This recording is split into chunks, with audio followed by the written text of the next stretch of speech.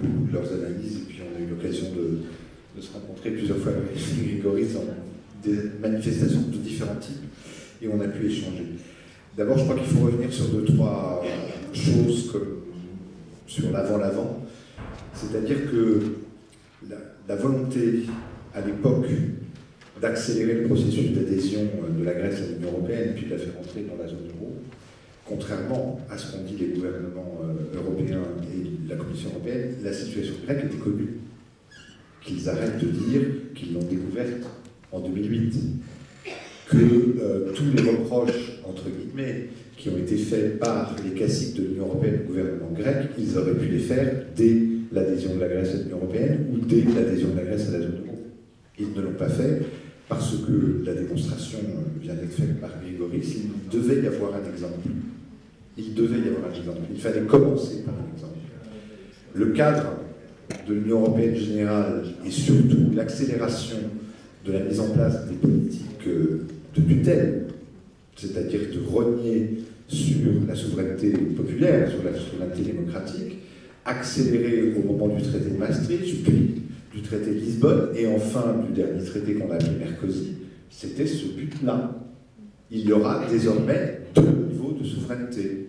Vous pouvez dire et décider ce que vous voulez, l'essentiel, c'est que vous appliquez les politiques qui sont décidées à un autre niveau.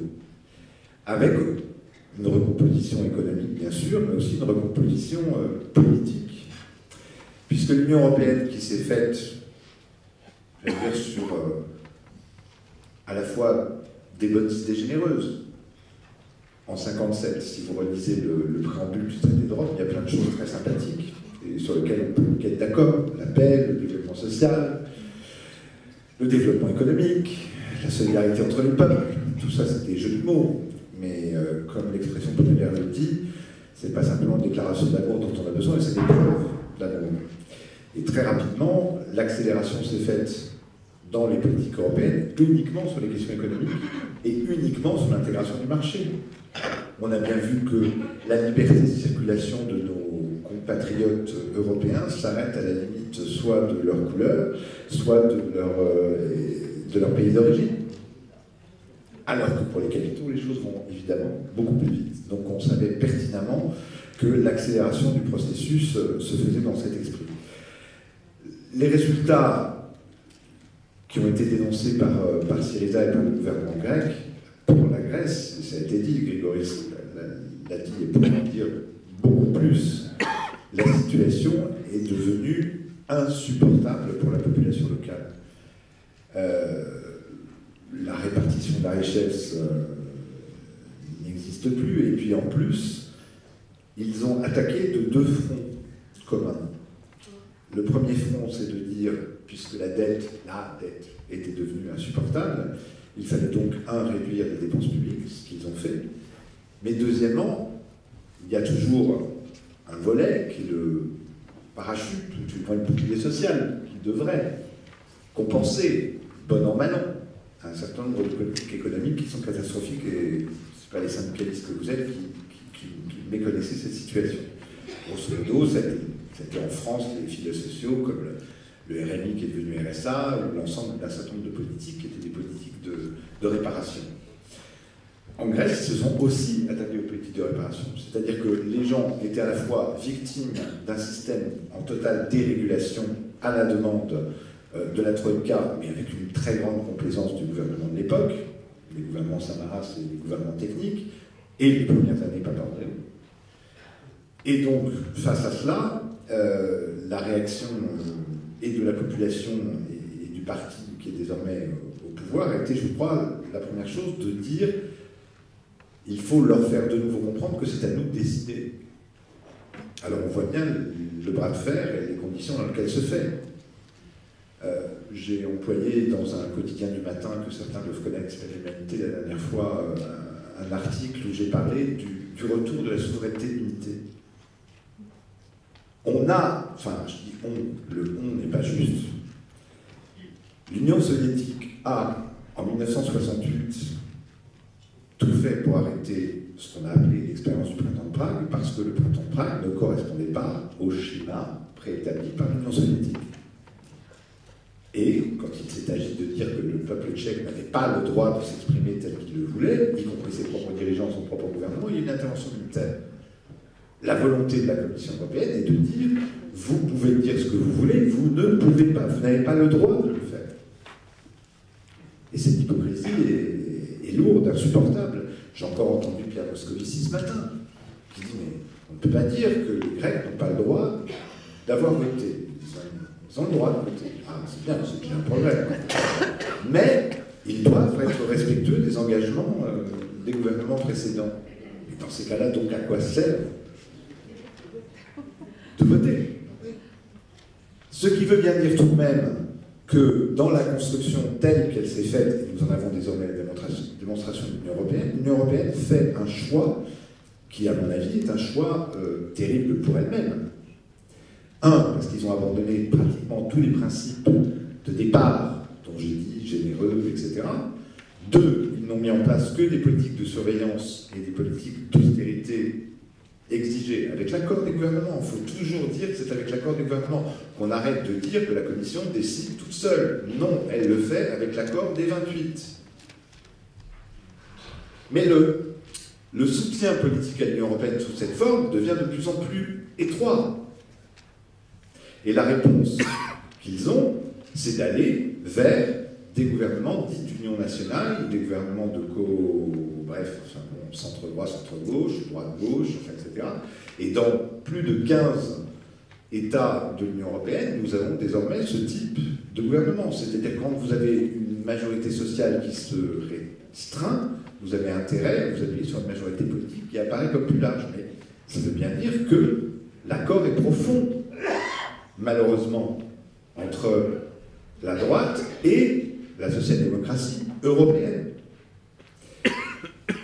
Le danger étant, pour eux, là je ne pèse pas notre point de vue, parce que malheureusement, quand on est dans la situation où sont les Grecs, les Espagnols, les Portugais, les Irlandais et les Français qui le vivent de plus en plus, eh bien, la population, on lui inciterait même plutôt à dire, mais soyez du côté de ceux qui veulent sortir.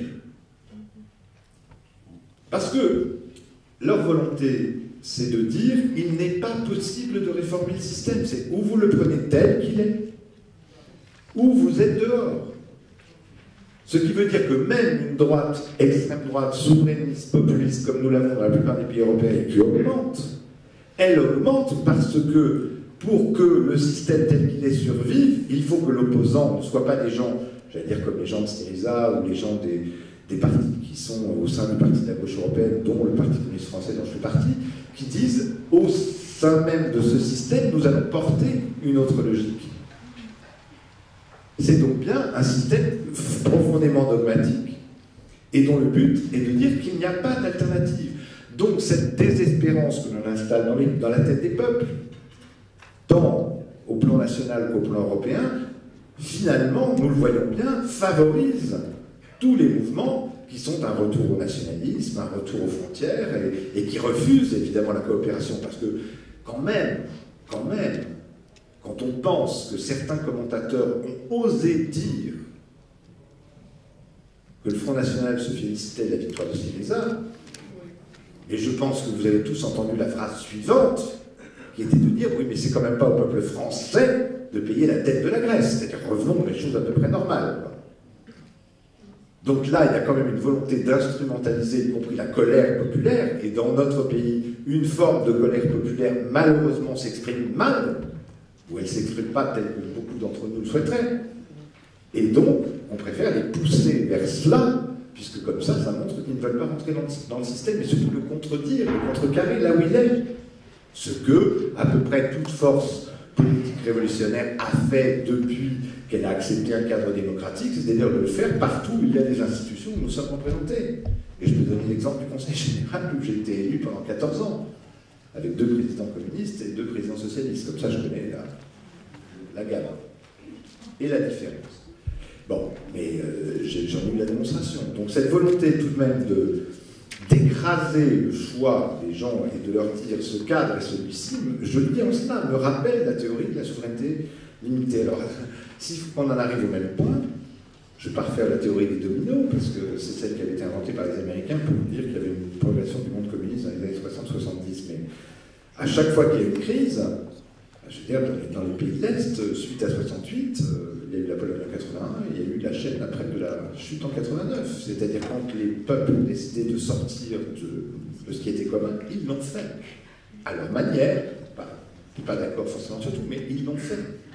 Et nous pouvons penser malheureusement que la manière dont l'entêtement de l'Union européenne, ces instruments de la Banque centrale européenne, dont la logique n'est qu'une logique de faire plier pour que nous nous adaptions encore plus et mieux à la concurrence, qui, nous le savons bien, est mortifère, puisque nous trouverons toujours quelqu'un qui travaille pour un SMIC à 400 €, puis d'autres à 200 €, puis d'autres à 50 € et d'autres pour un bol de riz. Le monde s'est toujours fait dans ce sens.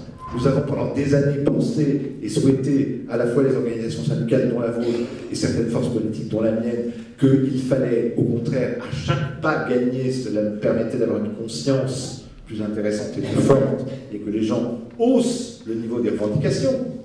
Être au chômage, d'abord avoir un travail, puis après avoir un travail, avoir un vrai contrat avec un bon salaire. On sait bien que les revendications progressent au fur et à mesure que les gens ont une sécurité globale dans leur vie. Et que plus ils sont en insécurité, plus c'est l'individualisme, plus c'est je vais m'en sortir moi et il n'y aura pas de chance de s'en sortir collectivement. On sait que ça peut traverser. Bon. Et là, malheureusement, j'allais dire que nous sommes dans cette situation en France. Mais cette théorie des dominos, il faut qu'on leur fasse la démonstration. Je pense qu'on peut le faire dans un certain nombre de pays suite à la Grèce, parce que la Grèce est isolée, nous le savons politiquement. Mais elle n'est pas seule, en revanche, dans les peuples, dans les organisations et dans la solidarité qui s'est montrée, tant au plan très concret. Et je salue ici toutes les initiatives qui ont été prises par les organisations syndicales, les associations, travaillant en particulier avec toi, Grégory, sur la question de la santé, etc. etc. On a fait des choses. Mais là, on est dans toute autre dimension. Nous devons peser, parce que la Grèce, qui a donc été pendant des années le cobaye de l'accélération d'une politique ultralibérale et austéritaire, il faut que nous puissions faire la démonstration qu'il puisse y avoir un contre-exemple à la construction européenne. Et c'est pour ça, tout de même, et il y a quand même peu de leaders politiques qui commencent leur discours ainsi, surtout après une victoire, cette victoire, Tsipras l'a dit, bien sûr, je la dois au peuple grec, mais je tiens à dire que c'est une victoire pour une certaine Europe. Et pour une Europe de solidarité, non pas pour une Europe de concurrence, et non pas pour une Europe qui écrase, où les plus gros écrasent les plus petits. C'est en cela qu'il nous appelle. Et c'est en cela que nous devons nous sentir solidaires avec les contradictions qui existent. Parce que le robinet de l'argent, on le sait, est un robinet fabuleux. Hein. Le gaz est utilisé depuis des années par la Russie pour choisir la politique en Ukraine, avant qu'ils décident de passer à une autre stratégie. Enfin, on sait bien quand même que les gouvernements ukrainiens ont tenu ou sont tombés du fait ou pas de la négociation sur le gaz en Ukraine. Et la logique de Merkel, à l'égard de la Grèce ou d'autres pays, est la même. Ou on paye et tu ne t'aides, ou si tu l'ouvres, on ne paye plus. C'est donc bien derrière des politiques, semble-t-il, une remise en cause des fondements même de la démocratie et de la manière dont on peut considérer que la parole de la souveraineté populaire doit être entendue. C'est ça qui est gravissime. Et certains peuvent commencer à théoriser. On peut aller vers une démocratie sans élection. Je vous donne l'exemple du conseil départemental, futur ex-conseil général. Pourquoi il ne faut pas que les gens aient voté? Puisqu'il faut supprimer l'échelon. Donc, montrez que vous n'êtes pas intéressé par cet échelon, surtout n'allez pas voter. Et donc, du coup, on pourra le supprimer. Et puis, on fera ça pour tous les échelons électoraux, ne participeront plus. Je rappelle que, par exemple, une chose que les gens oubliaient, dans la répartition des sièges aux élections régionales, vous savez qu'on a moins de conseillers régionaux en Seine-Saint-Denis, parce que nous avons moins de votants. Et lors de la répartition, on nous a enlevé des sièges, on les a donnés à des départements qu'on votait plus. C'est ça, la démocratie. On ne pèse pas tous le même poids. Donc je pense, par rapport à la question qui est posée, sur la question du verrou de l'austérité, la démonstration, bien sûr, il faut la faire là où c'est possible, État par État, politique nationale par politique nationale, mais nous le savons toutes et tous que s'il n'y a pas de forte convergence des mouvements, qu'ils soient syndicaux, qu'ils soient sociaux et sociétaux, qu'ils soient politiques, nous sommes toujours à la remorque des décisions qui sont prises à notre niveau. Je le dis en tant que responsable communiste qui ait signé la création du parti de la gauche européenne, et y compris très critiqué par une partie importante de notre parti, et je peux le comprendre, qui avait peur que l'on abandonne une partie de notre souveraineté. Ce n'était pas le sujet, mais enfin, c'était une crainte. Il n'empêche qu'il vaut mieux et des forces politiques et des forces syndicales qui interviennent dès que les choses se mettent en place, ou dès que les choses commencent à être pensées, c'est-à-dire au sein de la Commission, au sein du gouvernement, des convergences gouvernementales des 28. Parce que quand le projet de loi arrive pour être transcrit au Parlement français, c'est trop tard. Nous l'avons tous vu. On l'a vu sur la question du rail, on l'a vu sur la question de l'électricité.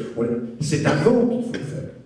Et ça ne veut pas dire que les batailles ne sont pas nécessaires de mener à tous les plans. Mais la bataille au niveau européen, nous sommes encore force politique, force syndicale, moins force syndicale, parce que vous avez quand même depuis un peu plus longtemps une coopération européenne, mais force politique et force associative, des nains par rapport à l'Europe capitaliste telle qu'elle s'est mise en place, où eux écrivent les textes, écrivent les amendements, écrivent les motions pour des gens qui vont les voter. Donc il y a une collusion totale entre le Parti populaire européen, voire une certaine aile de la social-démocratie, et les forces du capital. Donc nous avons, nous, à remonter le niveau d'intervention et à faire que nous puissions intervenir dès le début. Donc si on veut leur faire plaisir, il y a deux solutions. Soit on baisse la tête, soit on sort du jeu. Nous avons décidé comme force politique, et d'autres ont fait le même choix, c'est d'être dedans pour les mettre en contradiction sur leur propre logique. Après c'est sûr, il faudra qu'ils prennent leurs responsabilités jusqu'au bout. C'est-à-dire si vraiment ils veulent punir la Grèce, il faut que ce soit eux qui prennent la décision. C'est pas au peuple grec de prendre la décision. Le peuple grec n'a pas donné un message en disant qu'on veut partir de l'euro, on veut partir de l'Europe. Ils ont dit on veut que les règles soient changées et que notre vote soit respecté. Donc là, on arrive bien à la démonstration que le système, par l'absurde, y compris presque oui, par l'absurde, c'est que le système de l'Union européenne ne peut, tel qu'il est fait actuellement, ne peut accepter de contradictions en interne sur les politiques qui sont mises en place. Et je le dis bien, malheureusement, sur ce dossier-là, ce n'est pas une opposition, comme on peut encore le connaître sur certains sujets, de moins en moins, entre la droite et la gauche, mais il y a une volonté de rester dans le système, voire d'en appliquer les plus mauvaises méthodes. C'est actuellement un accord entre les partis sociaux-démocrates et les partis de la droite, et la contestation ne vient que soit de l'extrême droite, mais dans une logique souverainiste et populiste et pour sortir du jeu, et dans une logique qui, au contraire, veut contester ce que fait Syriza en Grèce et ce que d'autres forces politiques font dans d'autres pays, en Espagne, au Portugal, en Italie, même si c'est très faible encore, et en France, même si on n'est pas au niveau où on devrait l'être, de contester l'organisation telle qu'elle est faite au niveau national comme au niveau européen. Donc si nous ne faisons pas lever ce type de verrou, ce sera évidemment impossible. Mais je pense quand même qu'ils ne s'aperçoivent pas qu'ils sont en train de jouer avec du feu et ils sont assis sur une poudrière. Ils sont assis sur une poudrière. Et ce serait quand même terrible de se dire que 50 ans, 60 ans après la création de l'Union européenne, le bilan soit le retour de chacun à ses frontières, d'aucune coopération, et de remettre des murs entre chacun de nos États. Mais la politique qu'ils mènent vont faire et fait que tout ce qui pouvait avoir encore de positif dans l'image de l'Union européenne, c'est totalement dégradé. Donc ce qui est terrible à dire, c'est que si nous voulons une Europe de coopération, une Europe avec des politiques sociales volontaristes, une Europe avec une véritable politique fiscale et non pas des pays de l'Union européenne qui continuent de faire au sein de l'Union européenne de l'évasion fiscale un système, ils existent et on les connaît tous, on les a déjà tous au moins traversés une fois, eh bien il nous faut, je crois, porter la contradiction au niveau LA avec les forces qui sont les nôtres, en espérant bien sûr que l'exemple grec sera suivi par de nombreux peuples, parce que ceci nous permettra enfin de démontrer qu'il peut y avoir un autre type de construction européenne dans la solidarité, avec la Banque centrale, non peut-être actuellement, mais avec une Banque centrale qui joue son rôle. C'est-à-dire qu'il soit une banque centrale qui ne soit pas une banque qui prête aux banques, mais que ce soit une banque centrale qui soit tournée vers les services publics, vers l'emploi, vers la formation.